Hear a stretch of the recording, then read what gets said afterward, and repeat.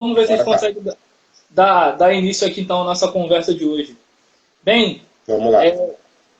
Para começar novamente, para reiniciar aqui a nossa conversa, novamente salutando que essa é uma atividade proposta pelo GT de Relações Raciais e Interseccionalidade da GB Niterói.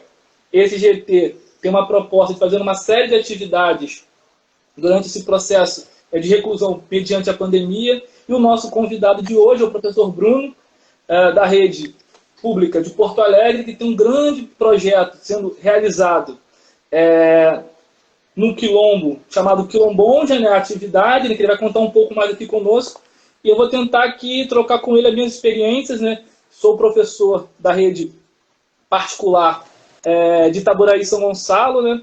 Não estou na rede estadual ou rede municipal, então minha experiência é na rede privada.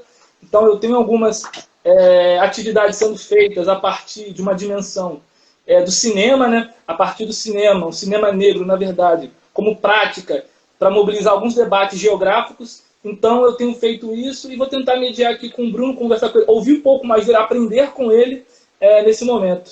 E só para salutar, né, eu também sou mestrando do programa de pós-graduação de Geografia da UF, né? E é isso, vamos tentar mediar aqui, Bruno. Quero que você fale um pouco aí, se apresente novamente, fale um pouco de você, mas nada melhor que você mesmo falar de si, os demais que estão ouvindo a gente aí, vendo. A palavra está contigo. Então, de Bruno para Bruno. Exatamente. Gente, eu fico um pouco inseguro porque eu não sei se as pessoas estão me escutando bem, mas eu vou tentar ser objetivo. Eu sou o Bruno, eu sou professor de Geografia há 6 anos na rede pública de Porto Alegre. Eu não sou de Porto Alegre, eu sou de uma cidade chamada São José do Norte, que fica no sul do Rio Grande do Sul, quase do lado da Antártida ali. E se é que a Antártida agora fica no sul, porque eu não sei mais nada depois desses últimos dias.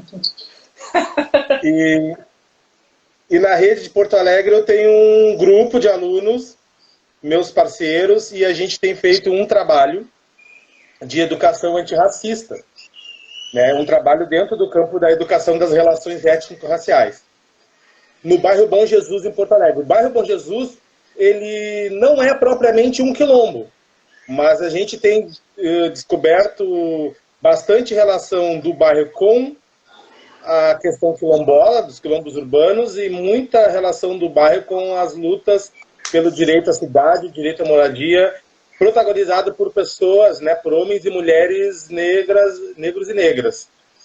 E é a partir daí que o Quilombonja vai nascendo, assim. A partir daí que as questões do Quilombonja elas vão se apresentando para nós. Eu não sei se eu falo, tu pergunta, ou como é que a gente vai fazer? Pode rolar. Pode falar um pouco da atividade, como é que ela acontece. Estou aqui um pouco mais para te ouvir, ver se posso sei lá, mobilizar o debate aqui com você, aqui, de certa maneira. Tranquilo aí, qualquer coisa a gente vai parando e conversando, assim. Tá ótimo. Para eu falar do Quilombonja, eu tenho que falar da cidade de Porto Alegre, né? Tá ótimo. E aí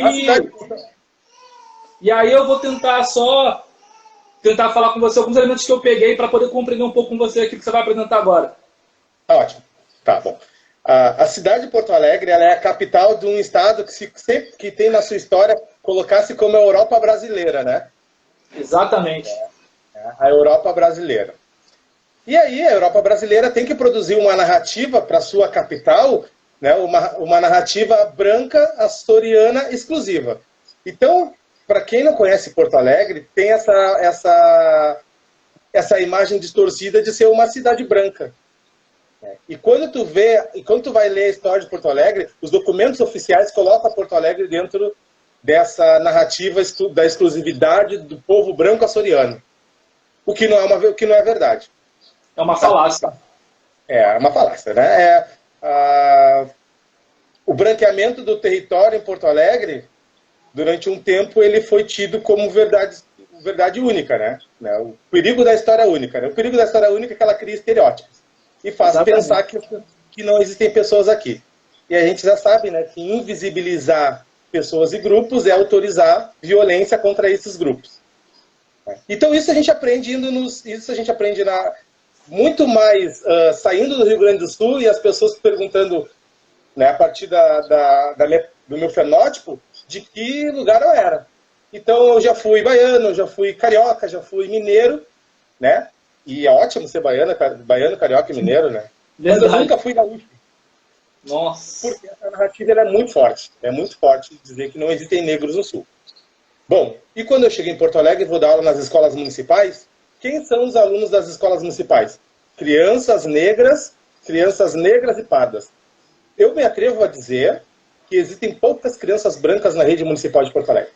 Nossa. Porque a forma como o pertencimento racial acontece não tem sido autodeclaração, tem sido daquilo que as pessoas veem e dizem, né? Principalmente Sim. nas histórias. Então, esse processo de branquear os alunos, ele é muito forte. Bom, e aí eu chego no bairro Bom Jesus e eu tenho uma turma em que 70%, 75% dos alunos são negros. E aí começa aquela questão de eu ser um professor negro, mas que a turma não me vê como um professor negro, me vê como negro dentro daquele estereótipo. Nossa. Será que ele é formado? Será que ele sabe o que está fazendo? Ah, o professor antigo não dava aula assim. O professor que estava antes de ti não fazia assim. A professora fulana de tal dá aula de outra coisa. E aí eu tive que provar para os alunos que eu sou o professor. Né? Os alunos negros, como eu, tive que provar para eles que eu sou professor. Tem uma distorção chamando isso de dizendo que o negro é o próprio racista. Né? E a gente vai inverter isso, vai dizer que isso aí são os efeitos do racismo estrutural dentro da escola pública, né? Que o aluno negro olha para o seu professor negro e não reconhece isso, né? Mostra o quanto que o racismo estrutural é forte. Né? O quanto que o professor Kabengele Munanga tem razão, né? O racismo é um crime perfeito. Bom, a partir de então, eu vou fazendo experiências com os alunos dentro da geografia e numa semana da consciência negra, né? E aí a gente quer tornar o mês da consciência negra, o novembro negro, que as escolas querem reduzir a semana ao dia da diversidade. Tem mais essa, né? Tem mais essa luta. Fizemos um trabalho sobre personalidades negras. Fizemos um mapa mundi que a gente chamou de mapa da visibilidade negra. E o trabalho ficou muito bem feito. Os alunos fizeram muito bem feito o trabalho. E nós fomos convidados a apresentar esse trabalho por uma professora da pós-graduação, nos convidou a apresentar o trabalho. E nesse dia, tinha muita gente assistindo o trabalho, e as pessoas botaram na rede social sobre o trabalho da visibilidade negra, sobre o mapa da visibilidade negra, e começaram a falar das crianças do bairro Bom Jesus, começaram a falar né, sobre a apresentação, porque os alunos apresentaram o trabalho junto comigo. E aí, cara, foi muito interessante que a própria gurizada viu isso no Facebook e quis fazer mais trabalhos. Nossa! Quis fazer mais trabalhos. Então, o nome... Primeiramente, a gente começou a chamar o nosso trabalho de Da Bonja para o Mundo. Bonja é o nome popular do bairro Bom Jesus, em Porto Alegre. Então, Da Bonja para o Mundo eram os trabalhos que a gente fazia e que a gurizada apresentava. E, posteriormente, quando eu entro no mestrado, a gente começa a fazer pesquisa junto, vai surgir a ideia do quilombonja. Porque aí a ideia do quilombonja, né, a própria palavra quilombo, ela já traz uma questão de território, de espaço, de questão racial, de presença negra. Então eu entendo que a ideia do quilombonja, que é o nome que os meninos e as meninas vão dar, já é uma ideia apropriada da forma como a presença negra ela está inscrita no espaço urbano, mas também está sendo apropriado com esses alunos para fomentar e instigar a sua identidade racial. É mais ou menos esse sentido que vai surgir no nosso trabalho. Não, muito interessante sua proposta desse trabalho, assim, esse dilema de nós, professores negros, entrarmos na sala de aula e percebermos que a nossa formação ela não tem nenhum crédito. A gente tem sempre que se reafirmar nessa proposta. Mesmo nós temos uma capacidade cognitiva, intelectual extremamente elaborada, sofisticada, a gente não tem esse crédito, essa confiança. E aí esse relato na qual você diz para mim aqui faz muito da minha experiência quando eu fui tentar ingressar numa escola, uma rede privada aqui, e eu fui já barrado na porta e direcionado para a vaga de faxineiro, assim, de auxiliar de serviços gerais. Eu tive que dizer que eu era professor. O simples fato de deixar um currículo numa escola específica em Niterói, aqui na cidade próxima, me deixou assim, tipo, olha, como assim? Eu sou professor formado em uma das melhores universidades do Brasil, e mesmo eu tendo toda essa capacidade, essa formação, me colocaram nessa situação bastante perversa, né? Então, isso que você está relatando sobre o bairro do Bom Jesus. Eu peguei a dissertação, né, da Daniele Machado, um trabalho belíssimo sobre os territórios negros em Porto Alegre. Fiz uma leitura rápida, né, até para começar a falar um pouco sobre essas experiências, né? Como é que é extremamente importante nós trabalharmos a questão da narrativa, né? Então, esse território não está apenas sendo disputado pelas rugosidades, né, pelas aquelas marcas espaciais na qual ela está presente, mas na memória oral, nas experiências na qual esses jovens, os mais velhos desse bairro, têm, na qual você conseguiu resgatar a partir dessa atividade, foi bastante assim,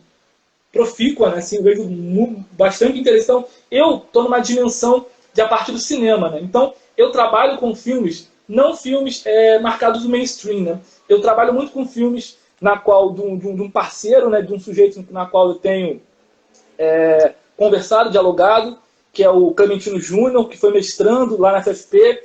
O Clementino tem o Cineclube Atlântico Negro, um cineclube de mais de 10 anos, assim, tem uma proposta não só de contra-representação, tá? A partir da perspectiva dos filmes, principalmente, que debate a questão racial muito forte, tem personagens negros fora dessa dimensão perversa, na qual esse cinema que a gente conhece busca cristalizar, né? Buscar esse essencialismo do negro sempre aparecendo com uma arma na mão ou marcado por algum regime de violência, né? Nunca numa experiência distinta dessa. Então, o Clementino ele tem produzido um discurso de cidade muito forte, na qual eu tenho analisado, né? E levado isso para a escola muito forte nas minhas propostas, né? Então, a gente percebe aqui, você, na produção desse mapa do Quilombonja, e eu, a partir desses filmes, eu tento criar um novo discurso, produzir uma nova narrativa do território no espaço urbano. Isso. E é interessante, né, tu traz essa tua experiência com a questão dos filmes, porque esses filmes, eles cristalizam uma forma de identidade, né? Sim. Eles cristalizam uma forma do sujeito se representar. Então é o sujeito negro na condição de escravizado, é o sujeito negro na condição de traficante, é o sujeito negro numa condição que nunca reafirma a sua potência como pessoa, né? É sempre desumanizando essa condição. E aí tu vai olhar a forma como a gurizada se representava, é a forma da baixa estima, é o estereótipo ligado primeiro, o estereótipo territorial da miséria, da pobreza, o estereótipo racial do perigo, do violento, daquele que não tem intelectualidade. E aí o meu trabalho, eu queria buscar no meu trabalho, como é que esses estereótipos de território e de raça, como é que eles compunham a construção social dos alunos, né? E se compondo essa construção, como a geografia se implica nesse processo, né? Era essa assim, a minha pergunta do trabalho, né? E o que a gente vai fazendo? A gente trabalhou com a Daniele Machado Vieira, ela é nossa bibliografia, ela é a nossa mestra, ela é nossa griot. E ela teve na escola, no projeto, conversou com os alunos, e ela também já morou no bairro Bom Jesus. E foi muito interessante que quando ela traz essa experiência, enquanto uma mulher negra, as meninas também entendem que aquele lugar que os racismos as coloca não é propriamente delas. A gente não tem que assumir esses lugares. Como é o que tu está trazendo, né? Quando tu chega numa escola e tu, como professor, tu tá rompendo com o lugar que o racismo nos coloca, que é o lugar de negro, né? E aí quando a gente rompe com esse lugar, a gente também rompe com uma estrutura. Porque o racismo sendo estrutural, fazendo parte da sociedade, a gente, além de estar rompendo com esse lugar, e eu não estou falando do modo meritocrático, né? Mas estou falando da questão de representatividade também, além da gente estar rompendo esse lugar, a gente também produz possibilidades para os outros fazerem o mesmo.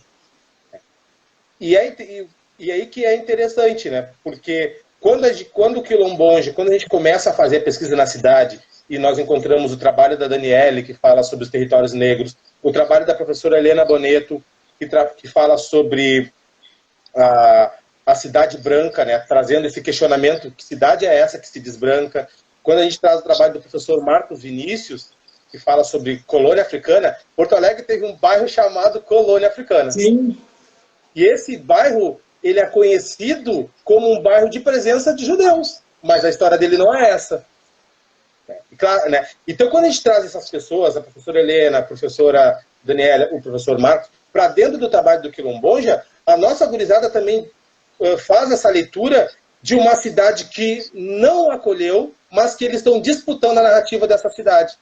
E quando eles estão disputando a narrativa dessa cidade, eles estão querendo o quê? Eles estão falando do direito à cidade, eles estão falando da corporeidade, da territorialidade, eles estão aprendendo que as histórias contadas pelos moradores do bairro que nós entrevistamos são histórias de trajetórias sociais e espaciais. E aí a gurizada consegue, junto comigo, trazer uma geografia, produzir uma geografia que vai dialogar com as nossas aspirações enquanto sujeitos no processo educativo dentro da escola, mas também dialoga com a necessidade de formar cidadãos críticos, solidários, né, participativos naquele espaço que eles vivem, naquele território que eles vivem, né?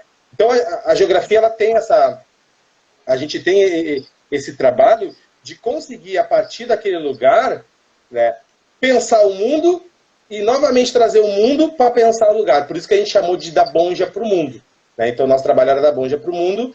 E aí o Quilombonja ele nasce no momento que, fazendo as pesquisas nos bairros, os moradores deste bairro começam a dizer de onde é que eles vieram, porque o bairro ele tem a formação a partir da década de 50, de 1950, do século passado. E aí, quando eles estão dizendo de onde vieram, os nossos alunos já estão apropriados do trabalho da Daniele. Perfeito. Que é o Territórios Negros. Quando a Daniele está falando lá que os territórios negros foram desmantelados em função da modernização da cidade, essas pessoas elas são removidas para algum lugar. O bairro Bom Jesus é um desses lugares. E aí os nossos alunos conseguem fazer conseguem costurar dentro desse tecido do espaço urbano a trajetória dos moradores do bairro Bom Jesus. Então as pessoas que moram na Bom Jesus, elas vieram, grande parte delas, os primeiros moradores, vêm dessas regiões centrais da cidade, que eram os territórios negros. E ali nasce essa frase, esse conceito potente, que eu gosto muito de dizer para os alunos, para as pessoas, como que aconteceu. A gente tinha 3 alunos ali no Quilombonja, o Gustavo Valandro, um menino branco, a Thaísa, uma mulher negra, e o Adam, um menino negro. E os 3 conversando de dar uma identidade visual para o grupo. E aí, qual foi a identidade visual do grupo? A ideia deles era ter um mapa do Brasil com a África, e no meio desse mapa, Bom Jesus. Nossa. E aí a estratégia deles, a Bom Jesus não pode ficar no meio do mapa, porque o meio do mapa é o Oceano Atlântico. Olha a representação de espaço da gurizada, né? E aí eles tiveram a ideia de colocar Bom Jesus no formato ali, fazer o desenho do formato do bairro da Bom Jesus no mapa do Brasil, com aquele formato do punho cerrado. Nossa!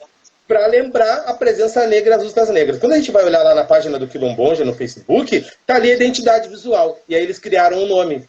E aí eu acho que a criação do nome, ela atesta para mim a epistemologia presente nos estudantes, o modo como os estudantes eles representam o mundo, que às vezes o currículo não dá conta.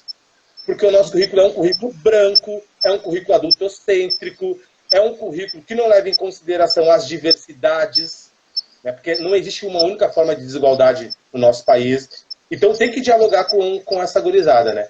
E aí a ideia deles de Quilombonja é de unir 2 nomes bons. Quilombo mais Bom Jesus. Como a Bom Jesus é conhecido como Bonja aqui em Porto Alegre, então eles queriam unir a palavra quilombo mais Bonja. Aí eu pergunto por quê? E a ideia deles é ótima. Porque os quilombos eram uma forma, olha só o que eles dizem, porque os quilombos eram uma forma de transformar o território do racismo em território livre, senhor. Ah, perfeito, né? E Bonja, para trazer hoje que a Bom Jesus, ela também se constitui como um quilombo. A gurizada entendeu perfeitamente.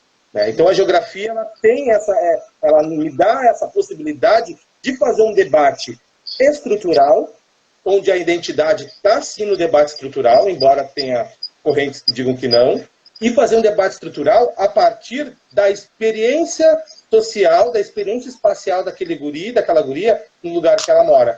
Então, o Quilomboja, nesse sentido, ele é um conceito potente, porque não foi o professor que construiu. Os alunos constroem o conceito, dão uma identidade visual para esse conceito, definem o conceito, e quando a gente vai apresentar os trabalhos sobre o Quilomboja, eles falam sobre a experiência deles na pesquisa, né? E a experiência deles na pesquisa foi isso, né? Foi trazer as pessoas que a gente entrevistou, trazer os conhecimentos que nós descobrimos durante o processo de levantamento bibliográfico e de construção metodológica, que eles, junto comigo, se apropriaram.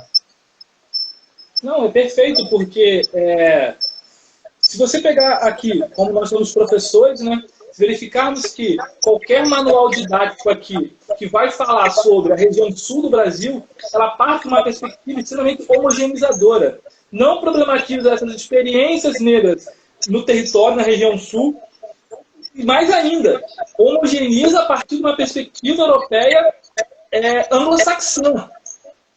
Alemães, italianos, um pouco parte de latinos, mas açorianos, não fala disso no livro didático. Então, eu fui tratar agora sobre população com meus alunos e fiz uma desconstrução desse processo. Falei, olha, gente, esse discurso aqui de Brasil, de produção de população, ele está totalmente equivocado. Não é daí. E aí, quando você vai regionalizar o Brasil, que é no 7º ano, você vê isso muito forte. Além de criar uma imagem de a parte mais branca do Brasil é a região sul, e criar a imaginária da região norte, como vazio total. E aí você Vazio democrático. Vazio total. E aí eu penso nisso a partir da experiência do sul, que é praticamente... a experiência negra ela é apagada. Ela não é mencionada. Qualquer livro didático aqui que rode não tem... traz essa dimensão da experiência negra na região. Não fala, não menciona. É somente... Vamos ver se eu botar o fone aqui melhora. Peraí. Deixa eu botar o fone aqui. Olha o fone para ver se melhora. Melhorou aí o fone? Tá me ouvindo bem?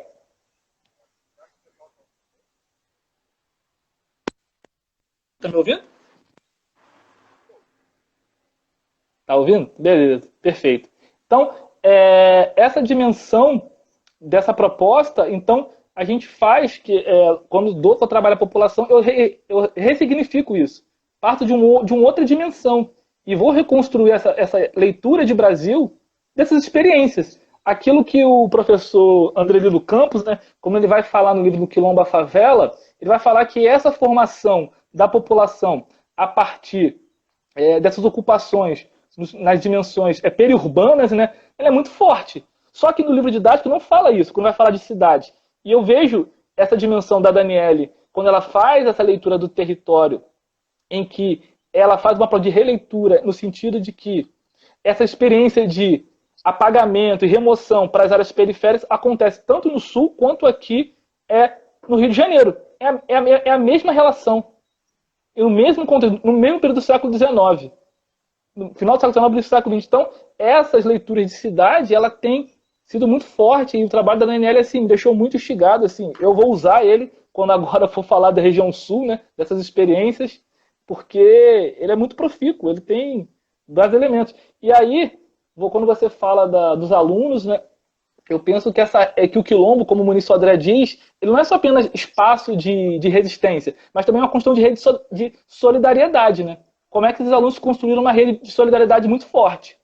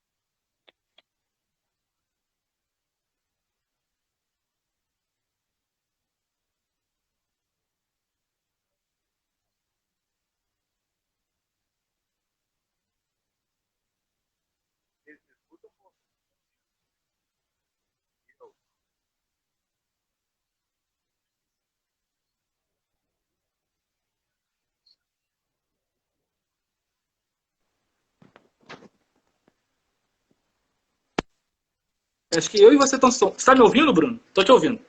Eu tô te ouvindo. Oh, agora eu estou te ouvindo. Tá, o pessoal tá ouvindo aí. Estou ouvindo você bem baixo. Não sei se não sei se é o meu sinal. Acho que agora melhorou. Eu vou botar o fone agora. Tá escutando? Ah, agora sim. Agora melhorou muito. Tá. Eu vou ficar sem fone. Às vezes, vou ficar sem fone, então. Se ficar ruim, eu boto fone, tá? Tá ótimo. Então, né, essa questão da rede de solidariedade ela é muito interessante, né? Porque a gente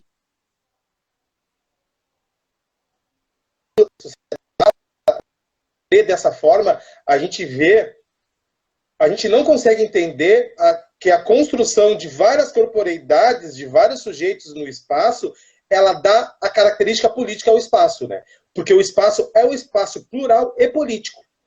Né? Então, quando a gente fala de rede de solidariedade, as pessoas pensam, os mais pobres se ajudam. Mas nessa leitura dos mais pobres se ajudam, no Brasil, os mais pobres têm uma característica de também serem negros. E aí um dos moradores vai dizer assim, olha, a minha avó veio de um território negro. E a minha avó me ensinou que não tem como nós fazermos algo para nós, enquanto o nosso vizinho do lado não consegue ter a sua condição mais ou menos digna de viver. E os alunos escutam isso, né? E os alunos, além de escutar isso, eles presenciam isso todos os dias, né? Eles moram num bairro de periferia. E qual era a ideia dos alunos, né? E aí, isso é muito importante, porque a gente fala que a nossa juventude não tem potência, fala que a nossa juventude é alienada, a gente fala que a nossa juventude ela não quer discutir nada, e não é verdade, né? A ideia dos alunos era pegar esse trabalho e apresentar nas outras escolas, ajudar os estudantes das outras escolas a se entender onde moram, entender o lugar que eles vivem para melhorar o lugar que eles vivem. Essa era a ideia dos alunos de 12, 13, 14, 15 anos de idade. E eu pergunto para eles, mas por que a gente tem que fazer isso? Vocês acham que a gente tem que fazer? A gente tem que fazer isso porque a gente aprende com os mais velhos e a gente tem que dar continuidade, senhor. Porque um dia a gente também vai ser mais velho. E a gente precisa ensinar os outros a lutar igual a gente luta.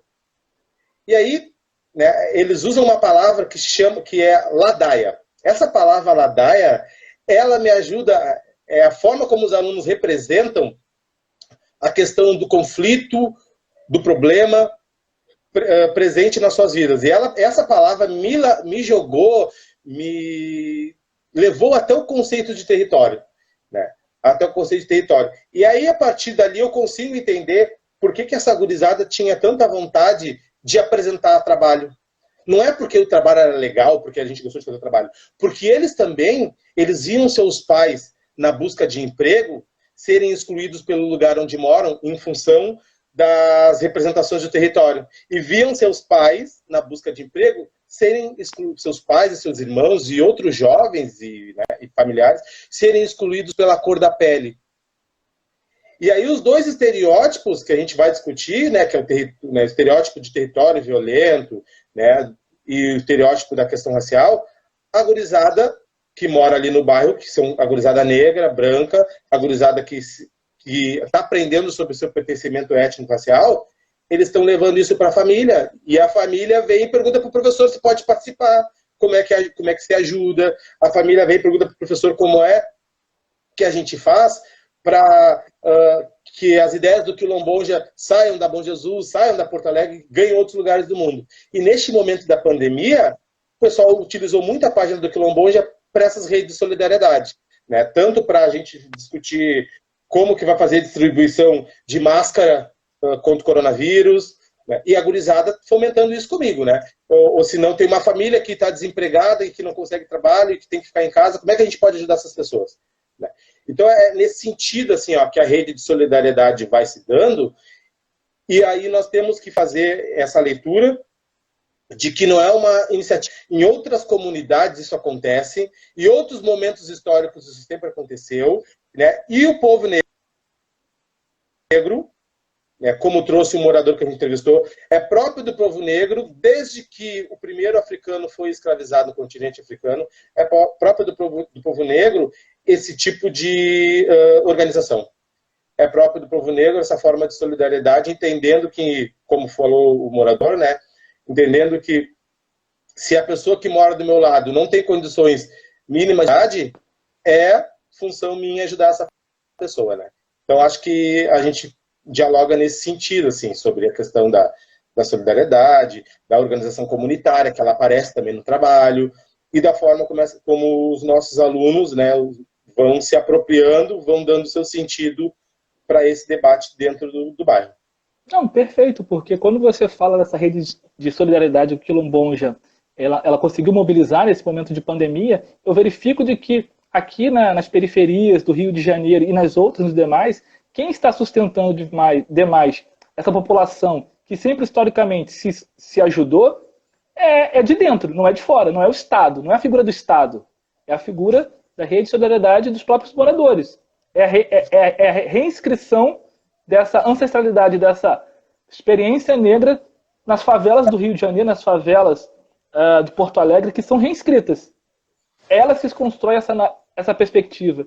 E eu verifico que, quando aí eu trago um pouco na questão do cinema, essas redes de solidariedade ali, elas são muito mobilizadas em determinados momentos, né? Elas não são diretamente construídas. Por exemplo, um dos filmes que eu trabalho, já trabalhei nas escolas, por exemplo, um do filme do Clementino, cara, ele vai fazer uma discussão de espaço urbano muito forte. Muito forte. Esse corpo negro é na cidade percorrendo. E eu só nos falo, professor, para mim é muito interessante ver esse percurso, porque eu não tenho essa experiência de cidade. Vivendo esse sujeito me dá vontade de reconstruir a minha experiência, e aí eu tenho tentado fazer que eles mobilizem, escrever um roteiro para fazer os próprios filmes dele, mas a partir das próprias experiências. Por quê? Eu tenho visto de que esses filmes que essa garotada viu, principalmente após anos 2000, né, que marca muito o corpo pela violência, né? Então isso me incomoda muito, isso que eu refuto totalmente, né? Então a gente percebe que essas redes de solidariedade elas são acionadas sim, e hoje cada vez mais tem sido ali a fissura, né? Esse resgate para que as pessoas não morram, né? Porque é isso. Sim. Sem essa rede de solidariedade construída, elas estariam morrendo. Sim. Tu, pensando, né, nessa questão, assim, eu queria contar um caso assim, que aconteceu. Né? Bom, eu trago esse debate, assim, né, mas a gente sabe que a gente tem um currículo, né? Sim. E a gente tem que cumprir esse currículo, né? Porque o que acontece? Eu dou aula manhã e noite, e de tarde é o projeto Quilomboja. O projeto Quilomboja, ele não é um projeto formalizado dentro da escola. Eu estou fora do meu horário de trabalho, e os alunos também estão fora do seu horário de escola. Então, participam os alunos que quiseram aderir. Foi aleatoriamente. Querem participar? Vamos participar. E participa, assim, e tem uma participação regular. Bom, a Bom Jesus ela é uma periferia econômica, mas a localização dela é praticamente o centro geográfico da cidade. Então, todos os caminhos levam a Bonja ou passam pela Bonja. Quem sai da Zona Norte vai para a Zona Sul, ou quem chega na Zona Leste, eles passam pela Bom Jesus. Porque a Bom Jesus fica ali, né? Ali no leste, entre o norte e o leste da cidade. E, ao mesmo tempo, a Bom Jesus é uma periferia em função tem em torno de uns 30, 35 mil habitantes, e por ali passam 4 avenidas importantes na cidade de Porto Alegre. A Avenida Ipiranga, a Protásio Alves, a Antônio de Carvalho e a Cristiano Fischer. Então, a Bom Jesus ela é um território em disputa pela especulação imobiliária. Sendo um território de disputa pela especulação imobiliária, quando a gente vai ler a Beatriz do Nascimento, o Andrelino Campos, o que a gente vai vendo ali, né? Que a especulação imobiliária ela foi um dos motivos para justificar a remoção de moradores de áreas de periferia, né? Ou desterritorialização, né? Dependendo do modo como a gente coloca. E aí, o que acontece, né? A gente está lendo a Bom Jesus nesse sentido, né? Como um território em disputa, e ao mesmo tempo o Quilomboja ele é um currículo de geografia que também está sendo disputado ali, né? Eu estou aprendendo, enquanto professor de geografia, o quanto que o projeto de sociedade tem que aparecer no currículo, né? E aí aconteceu um fato muito interessante. Nós estamos fazendo esse debate no Quilomboja, os alunos estão sabendo disso, então a gente encontra o livro 4 de despejo. E nós estamos lendo o livro 4 de despejo. O ano passado, julho, Em 3 semanas, um frio, rapaz, assim, ó, 6 graus. Teve uma tarde que fez 6 graus. E aí vinha a Nicole com a cobertinha, o Gustavo com 2 travesseiros, eu fiz bolo pra gurizada, fiz café, e a gente foi lá pra sala de judô à tarde, e durante 3 semanas a gente estava lendo o quarto de despejo. E aí, em agosto, se eu não me engano, foi no dia 15 de agosto, o poder público entra com uma ação para despejar uma parte do bairro. Nossa! Pode despejo para uma parte do bairro. Ah, essa gurizada começa a me ligar, a gente tem que fazer uma coisa, senhora, a gente tem que fazer alguma coisa.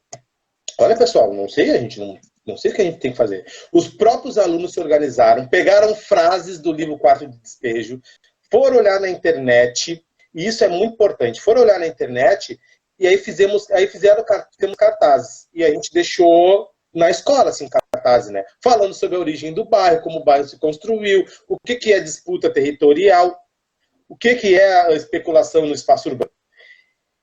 E aí, o que eu quero dizer com isso, né? A forma como os alunos se apropriam desse conhecimento e a geografia que eles me obrigam a construir com eles, uma geografia da ação. Geografia da ação pura. Né? Uma geografia da ação. Então, no momento que houve aquela disputa, que houve aquela ordem de remoção, eu, por uma questão ética também, né? Porque a gente não faz pesquisa de gabinete, a gente não faz as coisas para deixar na gaveta, eu peguei todo esse material que os alunos construíram, né? Postei no grupo lá da gente no Facebook, para os moradores verem, e as pessoas começaram a se sentir convidadas a participar dessa luta. O que eu quero dizer contigo, né? Eu quero dizer que existe uma forma, existe uma geografia a ser feita dentro da escola pública, né? E essa geografia, ela precisa, quando ela ensina o aluno a entender o espaço que ele vive, para atuar nesse espaço, essa geografia, ela está dando dicas para nós de que a escola precisa mudar, de que as práticas precisam ser outras. E aí tu vai olhar nas diretrizes curriculares nacionais, né, para a educação básica, no segmento de educação das relações étnico-raciais, e está ali, nós precisamos ter uma outra relação com o nosso país e com os sujeitos que formam esse país. E essa outra relação, ela precisa ser solidária, ela precisa ser horizontal, ela precisa ser uma relação para levar para uma condição equânime entre os sujeitos. E aí aquele meu aluno que foi atestado por um secretário de educação como uma criança que não é proficiente em língua portuguesa, que não é proficiente em língua matemática, como uma criança que fica na escola e não aprende nada, aquele meu aluno está produzindo epistemologia que foi me dar o grau de mestre em geografia. Aquele aluno está produzindo saberes que estão me levando para uma geografia que até então também não tinha visto. Então essa parceria dos alunos comigo nessa leitura, nesse trabalho do Quilombonja, para mim ela tem um grande sentido, né? No meu caso específico, eu estou afirmando uma geografia que está possibilitando o meu processo de tornar-me negro, mas também os nossos processos de ser sujeito. Que é o que a educação, neste momento, né, nesses últimos anos aí, tem tirado de nós. O nosso protagonismo, o nosso processo de ser sujeito, essa educação que vem com o capital humano, com o neoliberalismo, ela tem tirado de nós a nossa veia mais revolucionária, né? Que é a veia da humanização, né? A educação enquanto processo de formação humana. E aí a gente está vivendo um momento que a educação está se tornando um negócio para o mercado, e o Quilombon já tem me dado esse respiro, assim, ó, de acreditar numa educação pública possível. Por isso que eu acho que essa experiência do Quilombon é importante, e por isso que eu acho que esse fato que ocorreu, né, da tentativa de despejo, que não aconteceu, em função da mobilização do bairro, que ocorreu também em função da forma como a gurizada quis ajudar e quis produzir cartaz, produziu frases que não eram de autoajuda, frases dizendo para as pessoas que elas podem lutar, que é um direito humano, que é um direito social, que a moradia é um direito universal, os nossos alunos fazendo isso, né? Então os nossos alunos fazendo isso, eles também estão dizendo para nós que eles querem, eles precisam dessa escola. De uma escola que diga para eles que eles são gente. Né? E essa escola, quando diz para eles que eles são gente, essa escola está compreendendo que eles também são sujeito do conhecimento, que não existe um objeto, a educação não trabalha com objeto. Diferente da educação que querem nos colocar, né, dessa educação aí que trata o professor como um mero objeto, né, e que o saber ele não é importante, né, nesse sentido assim.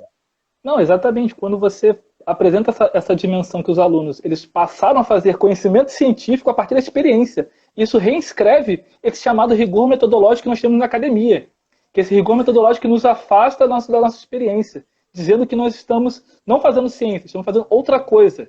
Então, essas experiências do quilombonja eu percebo de que na qual você está ressignificando, transformando esses alunos como sujeitos mesmo, dando a dimensão da luta política e de estar consciente daquilo da sua própria, da sua narrativa, né? É aquilo muito do que eu tenho lido, eu reli recentemente, né? Que o Mbembe fala da consciência do negro pelo negro, né? É a consciência produzida por eles a partir dessas experiências, né? Então, é essa coisa de tentar colocar sempre... eu tenho muito experiência com alunos, né? Na rede particular, principalmente os alunos negros, né? Eles são sempre colocados como os problemáticos, né? Eles são sempre colocados como os bagunceiros, colocados como os que não obedecem, os que têm dificuldade. Então, quando eu coloquei para fazer as atividades de filmes com eles, os melhores resultados foram com eles. Então, eles conseguiram perceber de que esses filmes dialogavam com as suas experiências, dialogavam com as suas narrativas. Então, essa ruptura que a gente faz, assim, que você faz no Quilombonja, eu tento fazer nas escolas particulares, ela é extremamente importante, ela é profícua, né? Porque a gente percebe que esses espaços estão em disputas. Então a gente sempre recupera aquela dimensão, né? Não é apenas a dimensão material, mas é a dimensão também narrativa extremamente importante de estar próximo a esses alunos, a nós, quando nós estamos fazendo pesquisa, né? Então, eu verifico de que, na verdade, esses alunos estão produzindo regimes de visibilidade, mas regimes de visibilidade numa dimensão afrodiaspórica. Essa diáspora está sendo reinscrita. Então, é isso que eu vejo nos filmes na qual eu tento analisar e investigar, e na experiência do Quilombonja. O Bruno. Sim? Eu queria que tu falasse o nome dos filmes aí, porque eu fiquei curioso da forma como tu está relatando sobre os filmes. E também fico curioso de saber como é que o aluno, se tu tem percebido assim, como é que o aluno ele se porta com relação ao filme que tu leva para ele, e depois de assistir o filme, qual é a reação dele, assim. Eu queria que tu falasse, assim, pelo menos algum filme que te foi bem. Falasse o nome deles, né, que eu quero anotar. Um dos filmes é o Tião. Tião é um curta-metragem, né, é um filme bem curtinho, e eu exibi ele numa escola particular em Itaboraí, e aí eu coloquei para eles, e aí no sentido de que eles falaram que o filme era muito lento, né. Então, as experiências que eles falam desse corpo negro percorrendo, que na verdade esse filme, só para não dar o spoiler, né, é a reinscrição de São Sebastião num corpo negro na cidade do Rio de Janeiro. São Sebastião do Rio de Janeiro vindo num corpo negro e percorrendo essa cidade, mostrando essa corporeidade e essa ancestralidade, né. E aí, como eles estão numa dimensão marcada por essa leitura de cinema muito veloz, muito cortada, eles ficaram muito incomodados. E aí, quando eles verificam, ué, professor, atores negros como protagonista? Como assim, professor? Sem arma na mão, sem algum tipo de violência? Nossa, isso não existe, essa realidade não é minha, essa realidade não é próxima a mim. Relatando em texto que eu sempre peço no final das aulas para poder dar um breve panorama, né, do que eles perceberam logo diretamente. Eu não espero uma próxima semana. Eu sempre passo e peço eles fazerem um texto corrido de 10 linhas, 15 linhas, para que eles possam apresentar um pouco e fazer uma síntese daquilo, né? Se foi válido ou não. Tem um outro filme que o Clementino, lá no Cine Coubertin, tem, só que esse filme ele faz um discurso muito interessante de felicidade, né? Só que o filme se chama Felicidade. Como assim? O filme foi feito por uma câmera de celular, isso então já se ressignifica essa dimensão para os alunos de que é possível dominar essa tecnosfera, né? Esse aparato técnico para poder fazer filmes. E o filme ele vai falar um processo de extrema ocupação territorial, ocupação militar na Maré. E como é que os moradores vão discutir o que é felicidade, né? Então é um filme muito interessante, para discutir para os alunos quando eles têm essa experiência de violência muito forte nos seus bairros. E aí ele fala, professor, felicidade para mim é estar com a minha família, brincando, sei lá, fazendo uma festa. Então, sai dessa lógica, dessa dimensão material, né? Eles perceberam muito isso nos filmes esses 2 filmes que eu passei, relatando aqui rápido, e foge dessa ruptura, que a felicidade está simplesmente na dimensão material da mercadoria, né? Sim, sim, entendi. E é interessante, assim, né, que nós estamos falando de experiências periféricas e antirracistas, né? E as pessoas, não vou dizer as pessoas, hegemonicamente se pensa em educação antirracista, lá vem ele falar de negro, né? Aí, e a gente faz o quê, né? E a gente não fala de negro, a gente fala do povo brasileiro.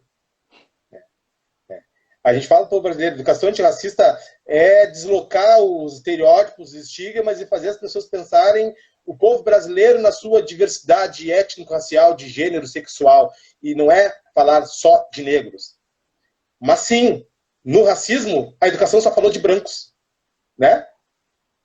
E é o sujeito branco, tanto que a narrativa da construção do nosso país é a partir da chegada de Pedro Álvares Cabral, e antes.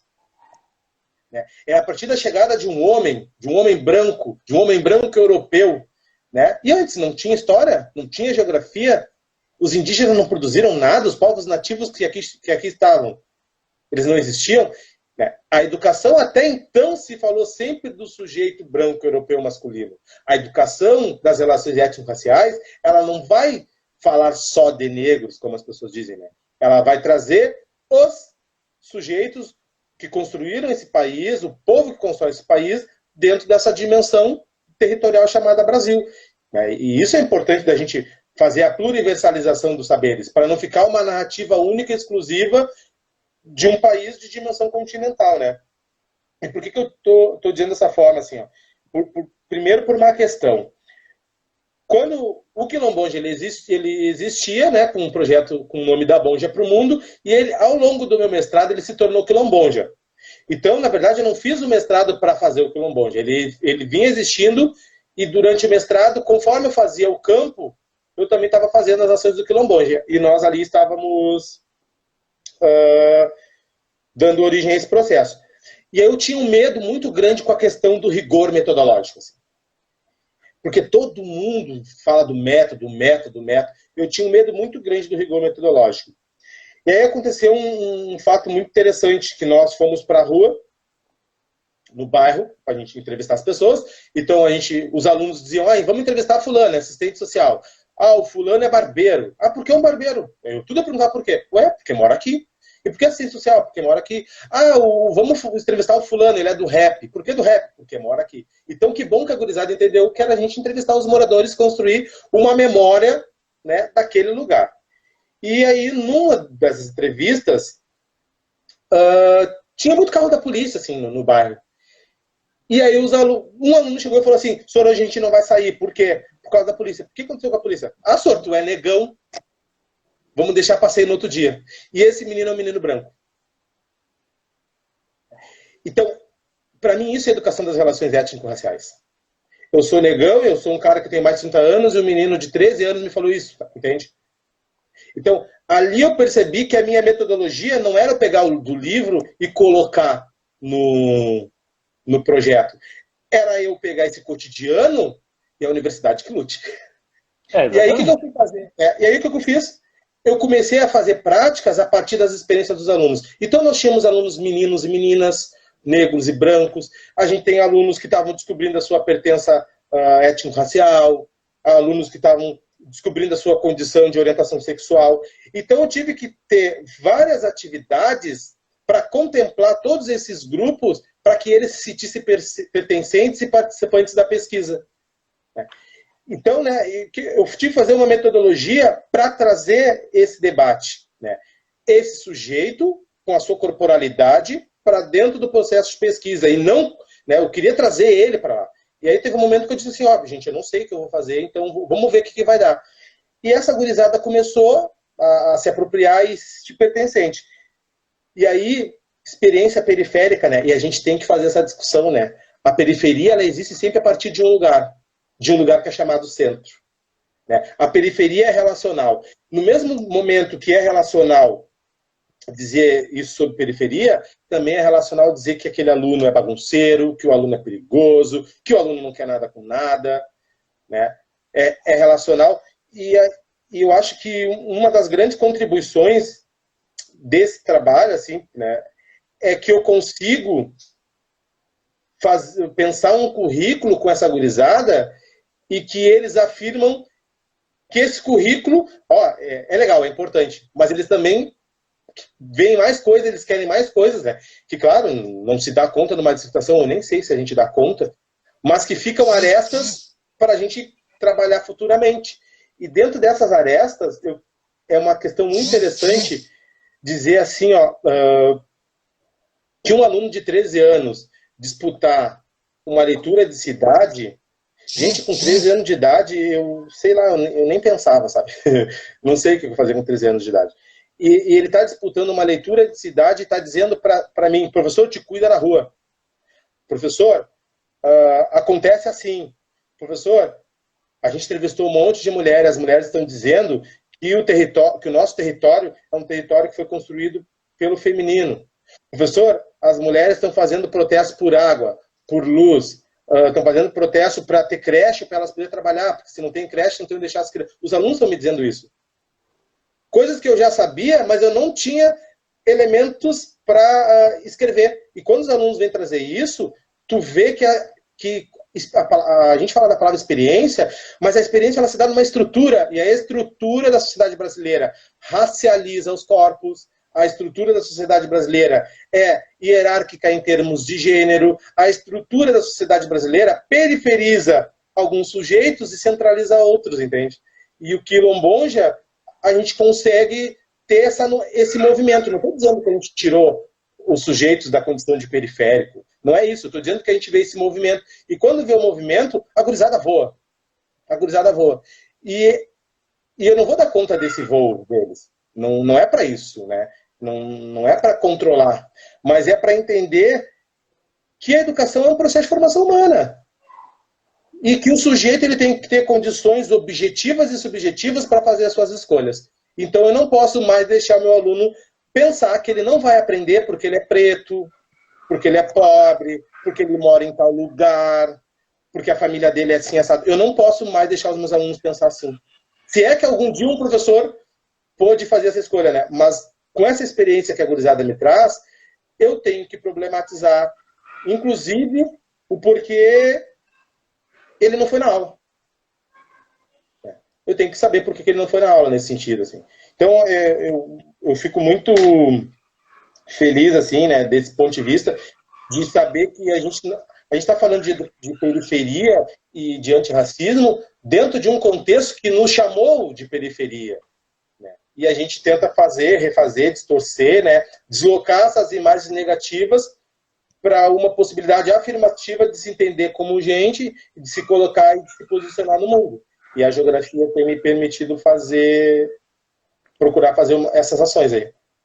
Não, é perfeito, porque a gente parte do princípio de que essa dissertação na qual você relata, na qual ela vem não para sobrepor essas experiências desses alunos, na verdade ela casa com essa leitura que os alunos fizeram do Bonja, né, que você está relatando, que você relatou e fez, faz com que você tenha uma possibilidade outra, né?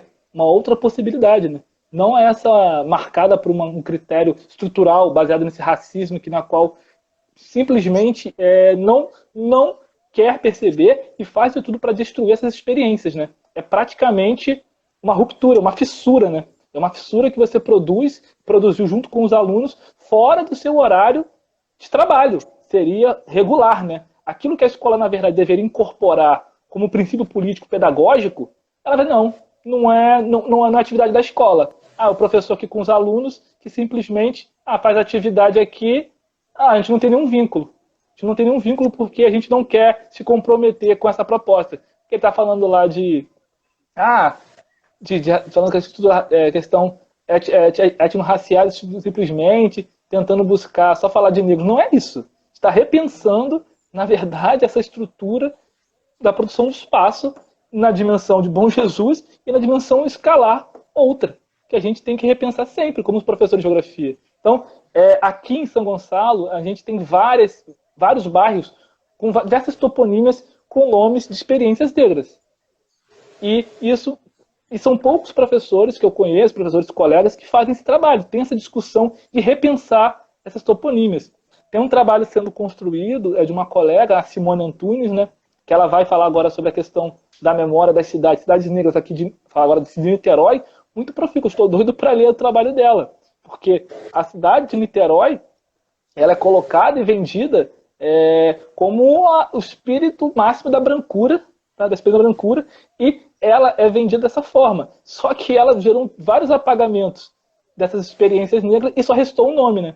Então a Simone está fazendo esse projeto, assim, ela está para terminar, e fico pensando de que como que nós professores, né, nós professores vindos da periferia, essa periferia que nos colocaram, né, que querem nos congelar lá, fazemos essa reconstrução, né, essa virada, né? Eu chamo de uma virada epistemológica, né? É uma virada de produção de outros sentidos. Sentido esses que tem uma dimensão a partir da ancestralidade, da rede de solidariedade muito forte. Então, nossos saberes não é simplesmente para produzir tese de dissertações e tese de doutorado, porque aquilo que eu aprendi com o professor Denilson, que foi meu orientador, né? Falar de pobre, falar de preto, gera riqueza para alguns e violências para outros. Sim. E e como a narrativa ela é nesse sentido, né, complicada. Acho que voltou. Tu me escuta? Escuta. Sim, né, tu tava falando da questão das narrativas, né? E né, da gente deslocar essa questão narrativa. Mas só para a gente pensar uma questão, né? Quem é que fala sempre se coloca como sujeito, né? E ele, quando fala, ele fala do outro. E o outro é tudo aquilo que ele nega ser. Né? Então, né, tem uma frasinha do Sartre, né? O problema são os outros, né? E aí tu te coloca como universal dentro de um contexto que tu é universal, todo o outro é o particular, né? Então o outro é o sem memória, o sem história, o outro é o sem potência, o sem epistemologia, o outro é sempre o sujeito que não pode falar. Né? Sim. E nessa leitura, assim, tem gente na sua arrogância que quer dar a fala pro outro. Não, vou dar para ele a possibilidade de falar. Vai dar a fala, né? E a questão ali do Quilomboja era fazer falar o território, né? A gente diz, o corpo fala, o corpo sente, mas se a gente pensar que o corpo negro, ele traz consigo um território, esse território também fala, né? Essa dimensão... Por isso que... Tá me escutando bem? Sim. Por isso que... em termos de epistemologia, eu trago o Quilomboja como a dimensão territorial corpórea no ensino de geografia. Porque é o território e o corpo e o território falando sem concessão de ninguém. Porque a gente não precisa de concessão. Embora na sociedade que a gente vive, dentro das hierarquias que a gente foi colocado, né, essas concessões elas são formas de manutenção da hegemonia, né, do poder. Né? Dentro dessa questão que a gente vem colocando, assim, né, o falar sobre o outro. Quem disse que a Bom Jesus é violenta? Quem disse que os alunos não produzem conhecimento? Quem disse que os professores são mal formados? Né? Nesse sentido, né? Quem é que diz? Esse que diz, ele está num lugar privilegiado para poder dizer. Então a gente tem que começar a dizer, olha, tu não tem um lugar universal. Quando tu diz a partir de de um lugar. Quando tu diz a partir de um processo histórico, a partir de um gênero, a partir de uma corporalidade, e tu diz dentro dessa experiência. E a gente não vai universalizar essa tua experiência, porque existem outras N experiências que precisam dizer também, e que não devem ser apagadas quando a gente acha que a narrativa tem que sair de um único lugar, né, ou tem que vir de um único sujeito. Assim.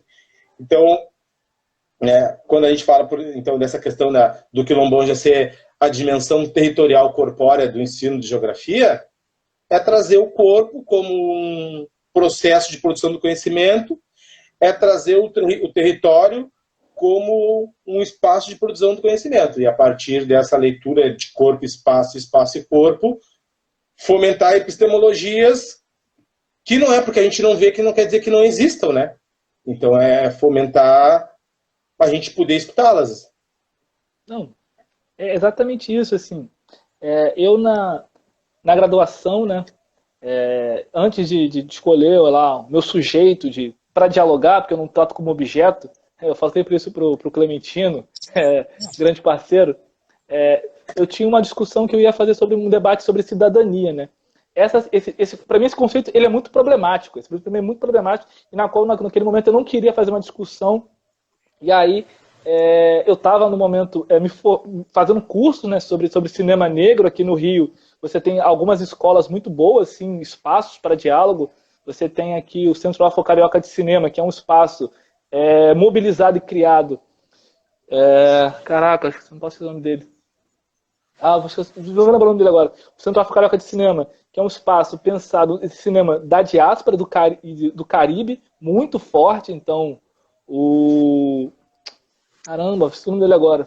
É uma figura importante. Então, você tem um momento aqui na cidade que você ferve produções fílmicas que faz uma discussão de geografia muito forte, na qual eu tento utilizá-las, né, para poder produzir essas análises geográficas. Então, outra indicação que eu tenho é os filmes dos Irmãos Carvalho. São ex-alunos da PUC, que foram premiados no Festival de Brasília, na qual eles fazem toda uma discussão naquele contexto em que a gente tinha a redução da maioridade penal. Lembra esse debate que estava ocorrendo há uns 2 anos atrás, aproximadamente, queriam reduzir, e ela tinha impacto direto nos corpos negros, nos corpos da juventude negra, que nos últimos anos têm sido exterminados, né, infelizmente. Essa prática desse racismo tem feito que jovens negros sendo assassinados. Vide agora, recentemente, o menino aqui em São Gonçalo, né, o Miguel.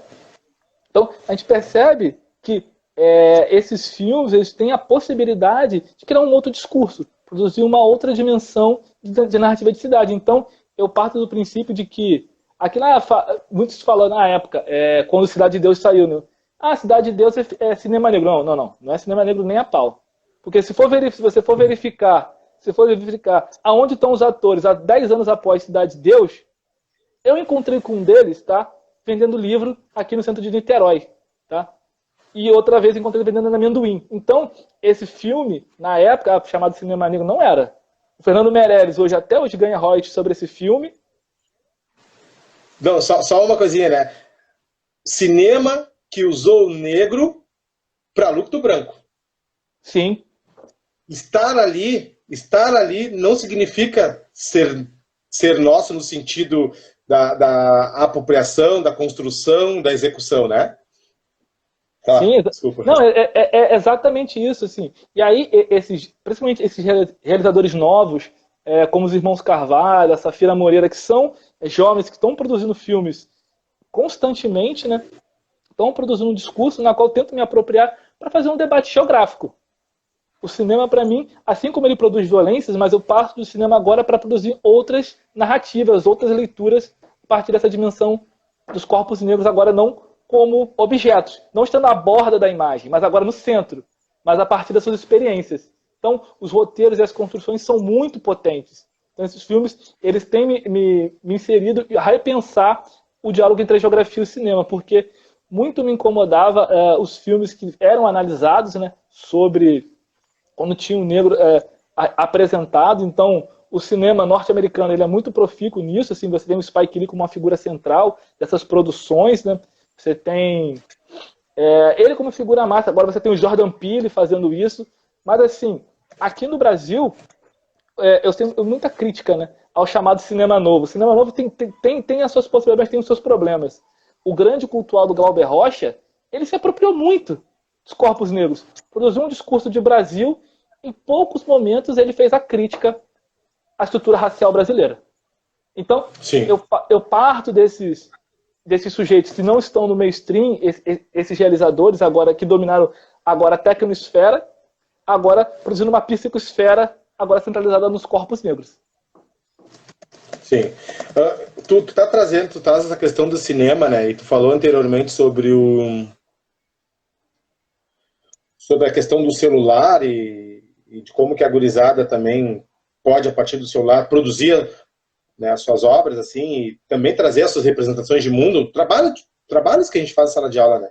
Eu lembrei que no documentário do O Mundo Global Visto Lá de Cá, tem um momento que aparece uma cidade do Rio de Janeiro e a gurizada pega cabo de vassoura, cadeira de rodinha e celular, né? E vai fazer um filme, né? Eu não sei, assim, qual é a tua relação diretamente com a questão do cinema, dessas formas de linguagem, assim, ó. Mas tu já tentou pensar isso com os alunos, assim, pegar e trazer, assim, dentro do currículo da geografia mesmo, né? Trazer esse tipo de ação, convidar os alunos a pensar uma forma, assim, de aula de geografia a partir dessa questão, desse exemplo do filme? Não, exatamente. Eu tenho tentado articular isso, agora tentar construir agora mais fortemente para pesquisa mesmo, né? Trazer essas experiências deles de produção mesmo, pequenos filmes a partir do celular, para poder pensar e produzir e eles exibirem na própria escola mesmo, depois para os pais, porque é extremamente importante você produzir imagem, você produzir essa questão de si para fora, né? Você está observando, mas você está se representando essa relação na qual você tem com o meio, né? Então, essa dimensão dos alunos, quero continuar fazendo, assim, pela minha jornada como professor de geografia na rede pública, estadual, porque, para mim, o cinema é uma arma, né? É uma arma e nós, negros, quando estamos portando delas, nós sabemos atirar e vamos atirar. Eu acho que eu penso nessa dimensão para poder, com os alunos, fazer isso. Assim, é um projeto que eu quero estender eles para doutorado. Porque que acontece? Tem um autor e um professor da USP, se eu não dele agora, caraca. Sempre estou achando os nomes dos professores. Mas ele tem um discurso de Brasil a partir dos seus filmes. Não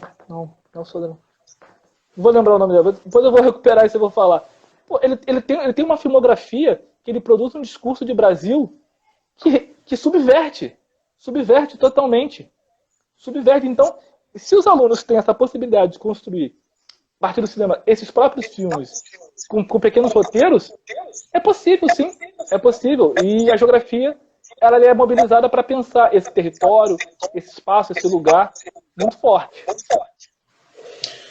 Pois isso é importante porque a nossa gurizada, eles têm dominado a tecnologia, assim, eles conhecem a tecnologia, né? Eles têm um conhecimento que talvez nós, enquanto professores, por não conhecermos, não sabemos como trabalhar com eles, né? Mas eu vou te dar um exemplo disso, do menino que teve lá na escola para conversar com o Quilomboja.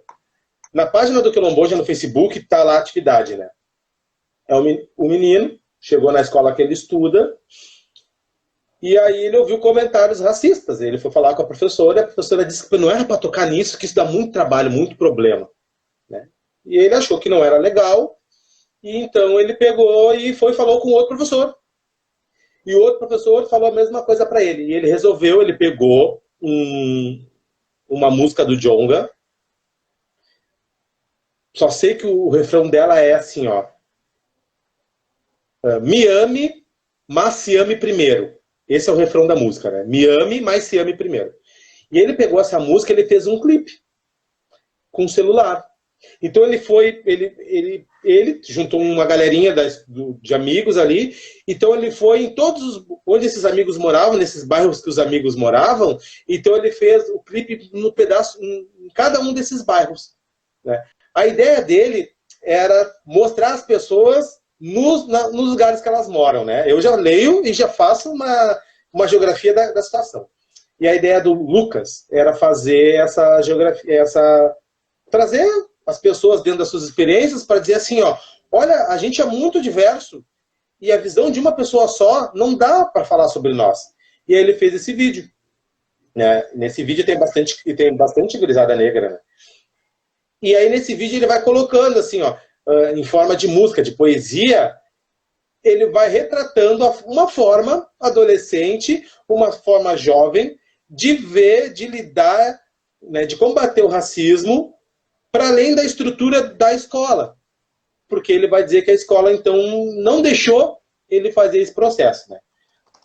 Na página do Quilombon já tem esse vídeo. Eu estou dizendo porque ele é um menino muito esperto, assim, ele tem ele tem essa facilidade com a questão da tecnologia e ele precisa ser visibilizado também, porque ele traz um debate bacana. E aí ele vai dizer o seguinte, que a escola não possibilitou a ele pensar isso aí. E que ele teve que fazer de forma diferente, né? Por quê? Porque os nossos alunos hoje, essa técnica, esse celular, essa tecnologia, na mão deles, tem que virar ciência, mas não só ciência, né, no sentido da gente entender que eles podem produzir saber isso, mas também ela está virando forma deles sobreviverem justamente ao racismo. Sim. A gente tem vários casos aí, né, de abordagens policiais super absurdas que a gurizada não perdeu a vida porque tinha um celular e as pessoas gravaram. Isso constrangeu, né, durante a abordagem. É nesse sentido, assim, né, então, como que essa gurizada, junto com essas tecnologias, eles também conseguem fazer uma revolução que o fato da gente não conhecer ou não saber lidar, a gente não trata como tal, né? É mais nessa onda, assim. Aí o Lucas esteve na escola para conversar com os nossos alunos. E aí, o que foi a conversar? Ensinou para os nossos alunos como é que pode usar um vídeo, como é que pode fazer um vídeo, como pode trabalhar questões socioemocionais. Um menino de 14 anos dizendo isso para outro, um menino de 16 anos falando isso para a gurizada. Como pode trabalhar questões socioemocionais? Tu entende? Assim, ó, é nesse sentido que a gente vem trazendo. Quando a gente está falando de ERER, de educação das relações étnico-raciais, a gente está falando dos medos, dos silenciamentos que nos colocaram ali, né? Quantas coisas a gente passou na escola que a gente baixou a cabeça porque a gente não sabia o que fazer, como fazer e a quem recorrer. Mas também a gente está falando de protagonismo, a gente está falando de atitudes, a gente está falando da própria ideia, né, do Fanon de falar é existir para o outro e que as coisas não podem ser silenciadas, né? A própria ideia de autoestima, ela vai sendo revisitada nesses processos da gurizada poder falar sem ser discurso, esse discurso que o adulto, que o professor já tem, mas eles falam por outras linguagens. E essas outras linguagens, às vezes, não são tratadas por nós, assim, dentro da escola, né? E aí, por que eu estou falando de escola, né? Porque a escola é da onde a gente parte para falar das nossas experiências, porque a gente tem um currículo que se diz progressista, né? Sim. Um currículo que se diz progressista, mas enclausura os alunos, enclausura as crianças, né? Fixa a imagem deles a um sujeito que vai para a sala de aula, senta, escuta o adulto, bateu pro recreio, o sujeito fala, brinca, conversa, fala, volta para a sala de aula, senta, fica quieto, escuta o adulto, bateu, foi embora. Parece que ele está indo para a fábrica, né? Parece que é uma pedagogia fabril, que aquele guri que entrou na sala de aula parece que ele não tem uma vida antes, né? Parece que que as vontades deles não interessam, né? Que como é que o pessoal que essa base afetiva, né, volitiva, né, para dizer do Vygotsky, sócio-interacionismo, parece que não interessa isso para a escola. E essa nossa juventude, eles têm tido um processo de construção muito diferente do nosso, e não deixa de ser juventude. Não. O meu aluno lá, que na sala de aula não para, que agita e que fala toda hora, que não sei o quê, é o meu aluno que está no slam, e no slam o guri dá um show, velho. E no slam o guri dá um show e vem perguntar, ô senhor, eu falei uma palavra no slam, isso é racismo? Isso é machismo? Isso é homofobia? E ele volta pro slam, aí ele faz lá a poesia dele dizendo, eu falei isso, mas agora eu vou falar outra coisa, porque eu já aprendi que não é assim. E aí na sala de aula, eu não posso perder essa potência desse menino, entende? Na sala de aula a gente não pode perder, porque é com ele que a gente constrói essa ideia de educação. É com ele que a gente vai fazer o processo de inverter a cidadania greco-romana que nos foi jogada. Bom, a gente não era nem considerado humano, né? Querem que a gente seja cidadão, né? É com ele que a gente faz essa construção. né? É nesse sentido que eu te pergunto do cinema e da questão assim de como que um celular, que parece que é uma coisa aparentemente muito simples, como que essa gurizada tem conseguido produzir muito material, né? E ao mesmo tempo tem dado sentido até a própria vida deles, assim, né? Coisas que, por N motivos, né? Por N situações, principalmente da forma como hoje está colocado o que é o espaço.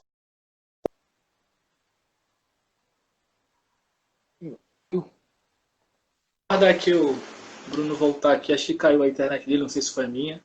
Aguardando aqui, peraí.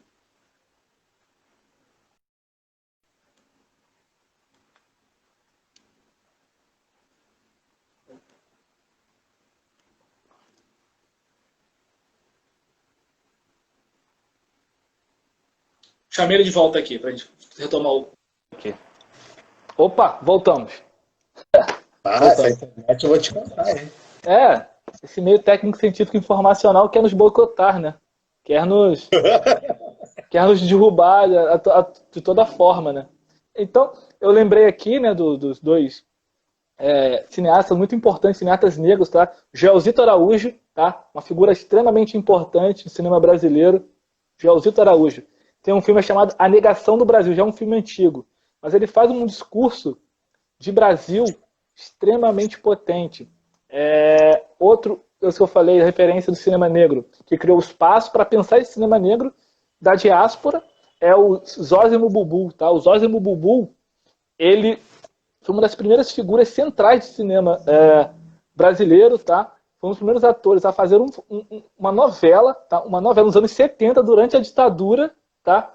Durante a ditadura com papel principal de um homem negro nos anos 70. E aí a gente vê isso hoje muito pouco ainda no campo das imagens, né? Então, essa questão da linguagem, você falou do Fanon, ela é extremamente fundamental. A partir da minha linguagem, eu existo para o mundo, né? Então, quando você passa a dominar essa linguagem, a partir desse aparato técnico, nós construímos essas outras perspectivas, e eu tenho tentado fazer com os alunos essas experiências na qual, a partir dos próximos com o celular, né? Eu tenho tentado, né?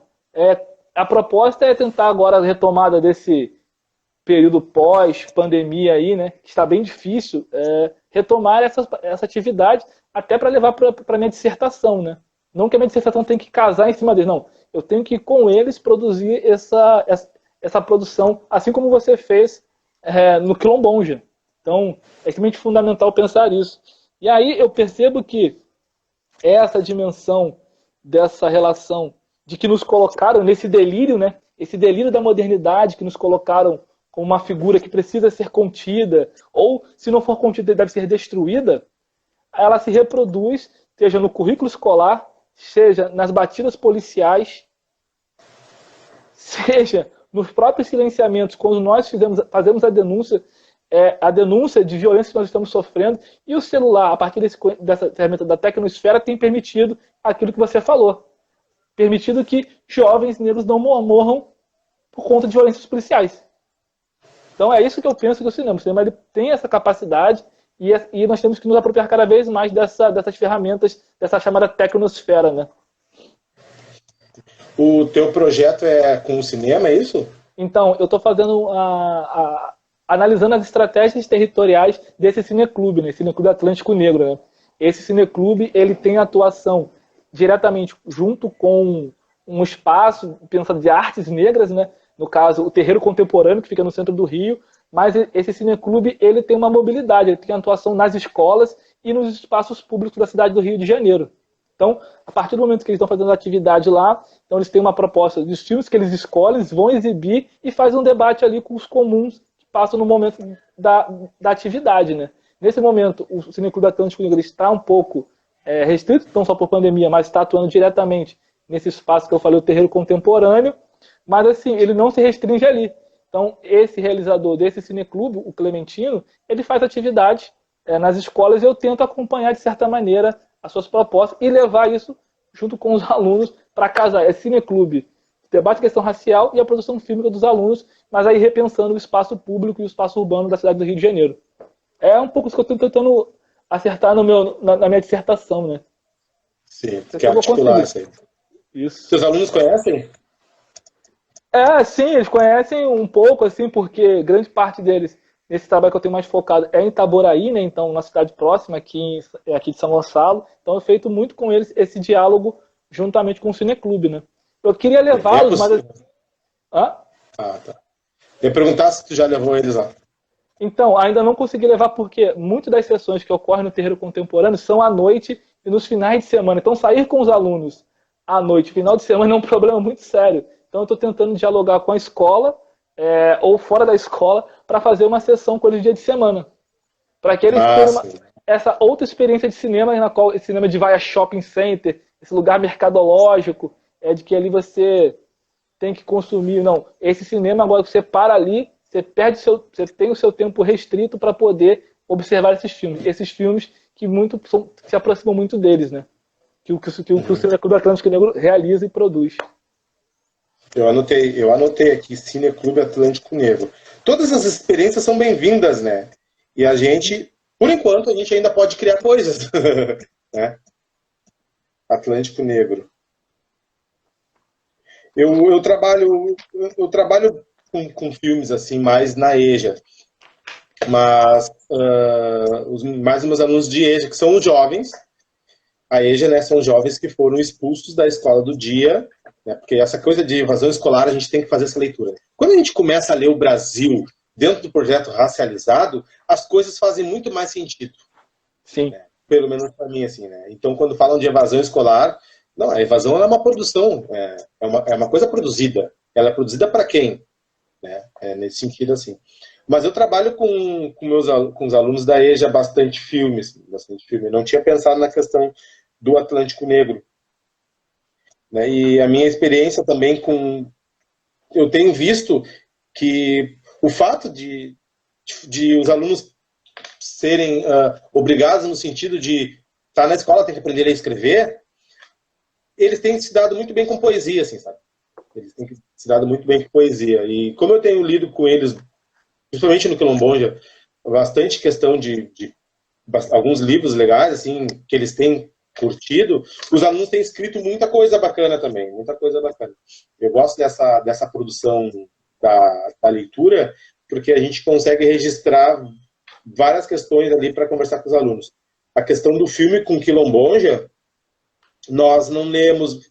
A gente no Quilombonja em si, a gente assistiu pouca coisa, porque a gente estava muito em função do campo, né, e de conversar com as pessoas na rua, assim, e levar eles no museu, na biblioteca, no arquivo público.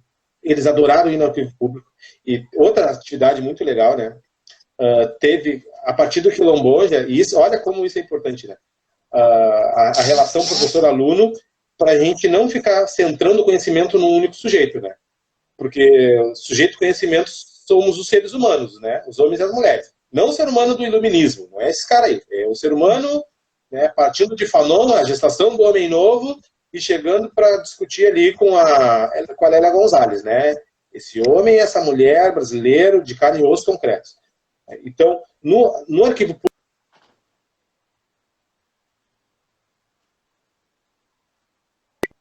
da estatística, da história da fotografia, e os meus alunos fizeram uma exposição da cidade em disputa a partir dessa nossa experiência com Quilombonja. Né? E dentro dessa exposição, inclusive, um aluno, Taylor, ele fez o desenho que foi o card do evento, né? A imagem dele de cidade no pós-abolição.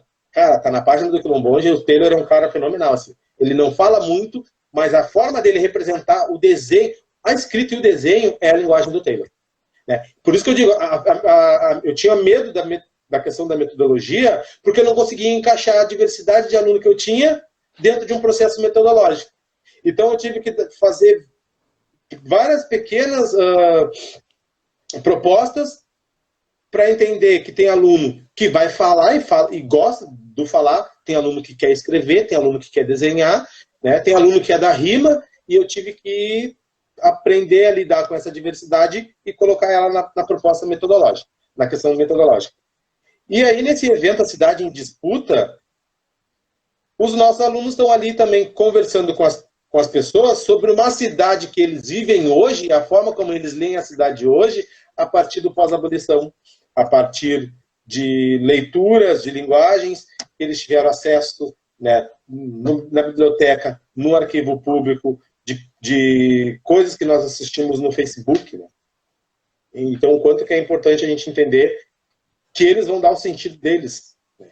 E quando eles dão o sentido deles, eu acho que, para nós, o caminho fica mais nítido para a gente trazer as questões que a gente quer discutir. Porque, cara, eu sempre entendo que falar de questão racial requer a gente driblar vários estigmas e vários estereótipos, né? Porque tem aluno que não gosta de falar da questão racial, porque a forma como ele foi acostumado a vê-la ou senti-la foi uma forma que lhe causou dor, entendeu? E tem outros alunos que não tiveram essa experiência, em função de que são muito jovens, mas que conhecem ela e sabem que elas são legítimas. Assim. Então, eu tenho muito esse cuidado de trabalhar, de quando eu faço uma atividade com os alunos, não é que eu vá ter acesso aos sentimentos deles, mas entender que eu também não tenho o direito de trazer dentro desse processo com eles a dor como única forma de se existir, entendeu? Por isso que eu acho que o filme é interessante, porque o filme ele te abre a possibilidade de ver, né, de ouvir, de sentir, de falar. Né? E aí, para a educação das relações étnico-raciais, né, a gente vai lá no processo, lá no Acordo da Cultura, né, modos de ser, modos de ver, modos de sentir, modos de falar. Para a educação das relações étnico-raciais, isso é dar corpo para a produção do conhecimento. Né? E a gente colocar o nosso corpo dentro do processo de produção de saber é colocar as nossas representações. E quando eles estão vendo um filme, a forma de sentir, a forma de ver, a forma de pensar, a forma de ouvir, também tem uma imagem, uma representação de um corpo. E por isso que eu acho que é potente, né, dizer para... E tu já sabe disso, né? É potente dizer para ti que legal que tu possa levar os teus alunos. E que legal que tu possa escrever com eles essa experiência deles de ter assistido um filme. E que legal que eles consigam, a partir dessa experiência de assistir um filme e de escrever sobre, que eles consigam, da forma deles, trazer uma outra linguagem para expressar isso, né? Isso é escola. Isso é escola. Isso é produção do conhecimento, né? Isso é formação humana. Né? E o nosso currículo tem que pautar essas coisas, né? Claro, tem que pautar no sentido não é prescritivo de ficar ordenando coisas. A gente sabe como a escola brasileira ela está sendo hoje atacada, a gente sabe o olho do furacão que a gente está imerso, né? Mas a gente não pode perder. Eu penso que a gente que trabalha com a educação das relações étnico-raciais, né? Todos nós trabalhamos com educação. A gente não pode perder essa dimensão da escola enquanto processo de formação humana. Isso é muito caro para nós. Né? Principalmente para sujeitos negros, periféricos, né? Sujeitos homossexuais, mulheres, porque esses sempre foram excluídos do banquete da humanização. Né? Enquanto uns sempre tiveram suas expectativas sociais, individuais e sociais, elas sempre foram atuantes e deram conta delas, tem outros que, para ter uma expectativa, tem que se sentir gente. E se sentir gente num processo que desumaniza o tempo inteiro, né? Que desumaniza o tempo inteiro. Né? E aí, eu falo pra caramba, tu percebe, né? Ah, tranquilo, vamos ouvir essas experiências. Importante. E é isso, né? E trazer de novo, né? Que a nossa experiência não é dizer o que a gente faz, né? Mas é dizer o que a gente aprendeu com aquilo que aconteceu. O que a gente aprende quando lê o Fanon, o que a gente aprende quando lê a Lélia Gonzalez, quando lê o Renato Emerson. Mas o que a gente faz com isso? Né? O que a gente faz com isso? Né? O que é essa experiência de poder ler, escrever, pensar e ensinar. Né? o que a gente vai fazer com ela? Porque as pessoas acham que experiência é pura narrativa de coisas, e não é isso, né? Experiência não é narrativa de coisas, não. Não é somente isso. Não se restringe a isso. Não se restringe a isso, Então, essa questão dos filmes, né? Eu sempre tive uma dificuldade na escola, porque a direção entendia que seria... Ah, não vai ter aula, professor? Como assim não vai ter aula? Vai passar filme? Não. Passar filme dentro de uma dimensão de uma proposta pedagógica que eu tenho, elaborado e estruturado. Então, a direção muitas das vezes acha que quando eu vou passar esses filmes, professor, a turma tem atividade para a turma? Sim, essa é uma atividade. Eu estou refletindo com eles a partir desse filme os conteúdos na qual eu estou trabalhando. Então, muitas vezes, esses entraves de entender como que o cinema ele é apenas um passatempo dentro ali do horário de aula nossa, né? E aí você falou muito tempo da questão sobre a questão dos alunos da EJA, né? Eu acho que isso deve ser uma proposta, eu acho que eu coloco para a GB aí, Niterói aí, ó, chamar a galera para discutir os alunos da EJA. Eu acho que está na hora de pensar como é que esse processo de exclusão desses alunos, ele tem classe, ele tem cor, tá? Ele tem raça, muito forte nisso. Aqui no Rio de Janeiro, há um processo de exclusão presente, colocando no horário noturno da noite e fechando essas turmas, tá? Essa galera que está fora do período lá de distorção seriedade está saindo da escola. Alunos de 14, 15 anos, que não estariam dentro dessa relação que a escola impõe, né?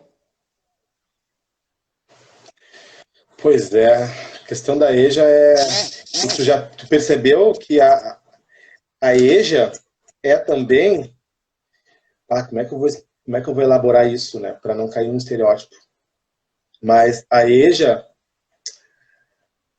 O público da EJA também é o público que vai começar a procurar emprego, que vai cair no mercado de trabalho, vai se deparar com esse racismo muito forte, né? E ao se deparar com esse racismo muito forte, aquelas expectativas que, infelizmente, já não são altas, né, elas são afetadas. E aí eu estava refletindo esses dias em casa, né? Se a gente vai ver a questão do genocídio do povo negro, os meus alunos da EJA, eles estão na faixa etária. E aí a tua proposta, assim, é muito interessante, né?